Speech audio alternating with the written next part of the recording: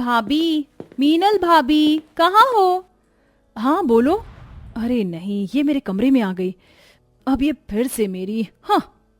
ओहो, लाल साड़ी, खूब सारा श्रृंगार। आज तो मीनल भाभी पूजा में अपना ही रंग जमाने की फिराक में है। लेकिन चिंता ना करो भाभी, मैं भी इसी रेस में हूँ।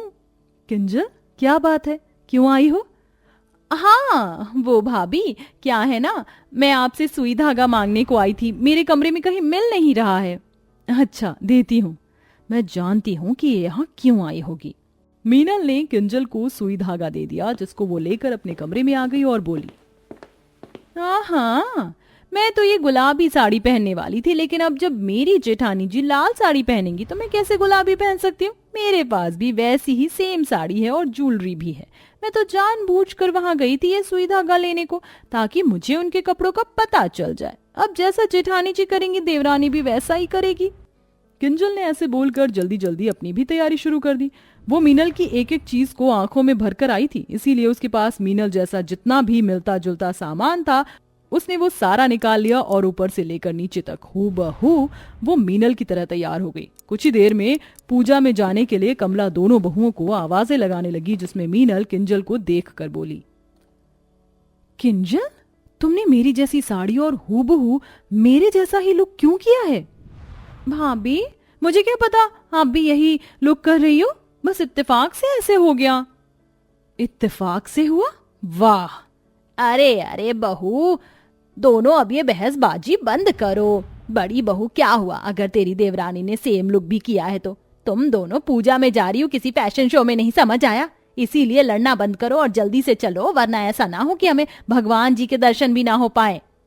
कमला मीनल और किंजल को लेकर पूजा में चली गई। मीनल का पूरी पूजा में मुंह ही बना रहा, क्योंकि किंजल ने सेम उसके जैसा लुक किया था। मीनल और किंजल दोनों देवरानी और जेठानी थी। जिस दिन से किंजल घर में आई थी, उसी दिन से वो जैसा मीनल करती बस वैसा ही किया करती थी। मीनल जो खरीदती, जो पहनती, यहाँ तक कि जो वो बोलती भी थी, किंजल उसकी भी नकल कर लेती थी। मीनल को उसकी इस चीज से परेशानी तो होती थी, लेकिन बस वो बेचारी चुप सी रह जाती थी। ऐसे ही सिलसिला जारी था और एक रोज मीनल बैठी हुई नाश्ता कर रही थी कि तभी वहां किंजल आई। अरे भाभी, क्या कर रही हो? कुछ नहीं, मैं तो बस ब्रेकफास्ट कर रही थी।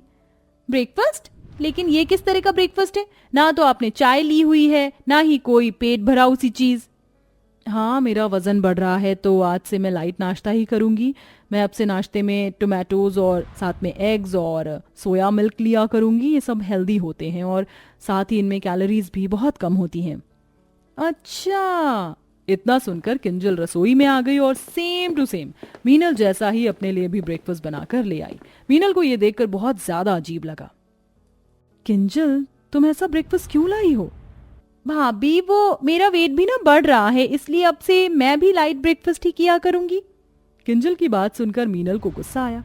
वो जानती थी जो भी वो करेगी वो किंजल भी जरूर करेगी, इसीलिए वो खुद को शांत करते हुए कमरे में आ गई और कमरे में खुद से ही अपनी भड़ास को निकालते हुए बोली, इस किंजल का अब ये नाटक कुछ ज्यादा ही हो रहा है। मन तो करता है कि जब भी ये मेरी नकल करे इसे खूब खरी खोटी सुनाओ, लेकिन क्या करूं, बस देवरानी है इसीलिए चुप रह जाती हूँ। अरे ऐसा कहाँ लिखा है कि जैसा जेठानी करेगी देवरानी भी वैसा ही करे? ऐसे तो कोई नहीं करता। हाँ, अब बस बहुत हुआ, मैं ज्यादा दिन ये बर्दाश्त नहीं कर पाऊंगी। मीनल ने ऐसे ही अपना गुस्सा अकेले में निकाल लिया, लेकिन अब हद हो चुकी थी। किंजल मीनल की किसी चीज को कॉपी करने से नहीं छूट रही थी और मीनल को ये बहुत बुरा लगने लगा था। एक दिन मीनल ने गुलाबी सूट पहना तो किंजल ने भी बिल्कुल वैसा ही पहन लिया और दोनों उसे पहनकर रसोई में काम करने लगी। शाम का वक्त था। मीनल का पति मनोज काम पर से आया और रसोई में आकर वो गलतफहमी में किंजल को मीनल समझकर बोला, मीनल, इस सूट में तो तुम पीछे से भी बहुत सुंदर लग रही हो। वैसे ये हॉट पिंक कलर तुम्हारे ऊपर बहुत अच्छा लगता है। जी जी, ये मैं हूँ मीनल भाभी। तो मीनल रसोई में दूसरी तरफ खड़ी हुई थी। मनोज ने उसको देखा तो उसे बहुत ज्यादा गुस्सा आ रहा था। अरे अरे मीनल, मुझे गलत मत समझना, वो तुमने सुबह ये सूट पहना था ना, इसलिए। चुप हो जाइए मनोज जी, इसमें आपकी गलती नहीं है। और तू चुड़ैल किंजल, क्या मिलता है तुझे मेरे सर के बाल से पांव के खून तक कॉपी करके? बोल, आज तेरी इस नकल की वजह से मेरे पति ने मुझे पहचानने में गलती हो गई। सिर्फ तेरी वजह से डायन, हमेशा में तेरी इस नकल को झेलती रही, लेकिन आज नहीं झेलूंगी। मीनल किंजल पर चिल्लाने लगी। उसकी आवाज सुनकर अंदर से कमला भी रसोई में ही आ गई और किंजल का पति भी बस तभी घर आया था। सभी मीनल की आवाज सुनकर रसोई में पहुंच गए। मीनल काफी गुस्से में थी और किंजल डरी हुई थी। डायन, तुझे बहुत शौक है ना मेरे जैसे बनने का, मुझ जैसा दिखने का। अभी बनाती हूँ मैं तुझे मेरे जैसा। बहू, मीनल बहू, रुक, क्या कर रही है? भाभी, क्या बदतमीजी है ये। आज मीनल फट चुकी थी। वहीं किंजल भी बस रो रही थी। मीनल उसे बहुत बुरा भला बोल रही थी, इसीलिए किंजल को भी गुस्सा आ गया और वो फिर उसके ऊपर भड़कते हुए बोली, बस करो भाभी अपना ये चीखना चिल्लाना। मैं अगर आपकी नकल करती हूँ या आपके जैसी बनती भी हूँ तो इसका मतलब ये नहीं कि मुझे आपके जैसे बनने का शौक है या मैं आपको तंग करने के लिए ऐसा करती हूँ। ये मेरी भी मजबूरी है। याद कीजिए वो दिन जब मैं इस घर में बस आई ही थी। किंजल की बात सुनकर सभी अपना बीता हुआ कल याद करने लगे। अरे किंजल, ये कैसे रंग की साड़ी पहनी हुई है तुमने? ये तो बिल्कुल भी अच्छा रंग नहीं है और साथ में तुम्हारे बाल भी हाईलाइट हैं। ऐसे तो तुम बिल्कुल छपरी लग रही हो। क्या कहा भाभी? ये कलर अच्छा नहीं है? बिल्कुल नहीं, ये कलर और डिजाइन दोनों ही बेकार हैं। साथ में तुम्हारे ये जले हुए से हाईलाइट्स। आजकल की लड़कियां कैसे कैसे फैशन करती हैं। तुम्हें तो मुझसे कुछ सीखना चाहिए किंजल। सही कहा मीनल बहू ने। मेरी बहू तो लाखों में एक है। अपनी जेठानी जैसी बन जा। जैसा जेठानी करेगी वैसा देवरानी करेगी। ये मंत्र याद कर ले। क्या मुझे फैशन मीनल भाभी के फैशन के हिसाब से करना होगा? मैं नहीं मानती। किंजल ने उस वक्त मीनल को अपनी रोल मॉडल नहीं बनाया, लेकिन जैसे जैसे समय बीता किंजल की हर बात पर पाबंदी लगने लगी। किंजल, ये तुम अभी मेहमानों से किस तरह से बोली थी? देखो, तुम्हारी लैंग्वेज और साथ में बोलने का अंदाज दोनों ही बहुत गंदे हैं।